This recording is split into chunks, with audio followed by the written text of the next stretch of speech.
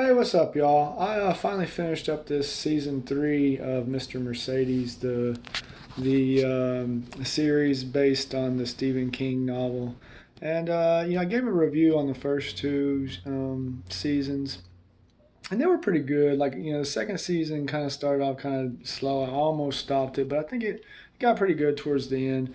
Third season was the worst of the three. The first one was really good. First season was pretty good. And the second season ended up being decent. The third was, I mean, wasn't really all that great.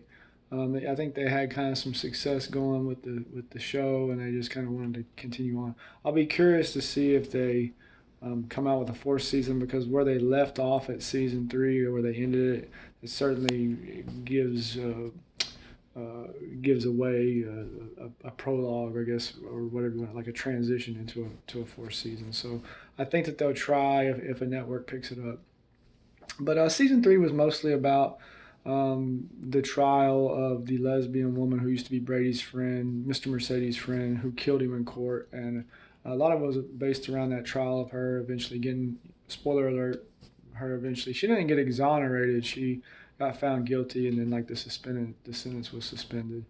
And then like the main premise of the season three is a couple of guys who were victims of Mr. Mercedes go to rob this book this author, and they kill him and steal his manuscripts, and that's kind of the premise of the whole season, like the power this writer had over all these people.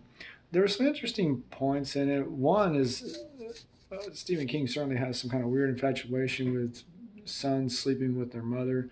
The serial killer in the first, Mr. Mercedes himself had a romantic was abused, sexually abused by his mother, and then the main, bad guy in season three who also had some kind of romantic relationship with someone who had been like a mother figure that he had been having sex with. So there's some weird stuff going on there. It also goes to show that it does kind of highlight that serial killers a lot of times have these domineering type mothers, and in both of these instances, the bad guy, the Mr. Mercedes, and the one in season three, Morris, both had like domineering women figures in their life, motherly women figures. So that's kind of interesting.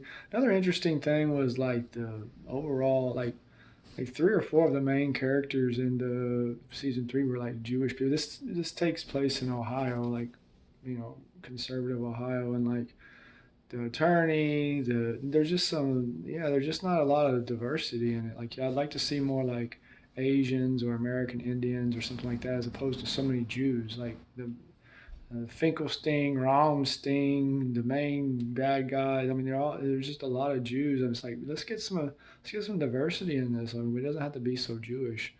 Jews are only 2% of the population. Let's see. I mean, they're even black. I mean, I don't care what they are. Let's get some diversity in there because when you got maybe six main characters and four of them are Jewish, and it's based and they're explicitly Jewish. You got Finkelstein, the attorney, and you got Rothstein, the writer, and then the main bad guy is a Jewish guy, and then just it's just kind of like, hey, let's get a little diversity going on here. Diversity is our strength after all, so we don't need so many Jews in these shows. Let's get some Indians or something in there.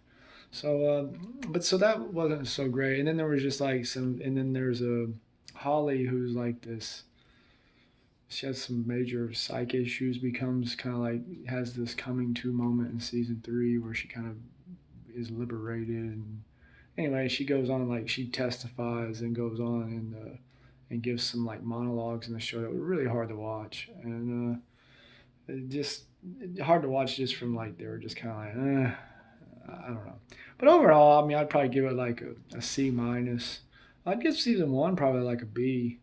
But season three and season two probably like a maybe a B minus, and season three at like a D or a C minus.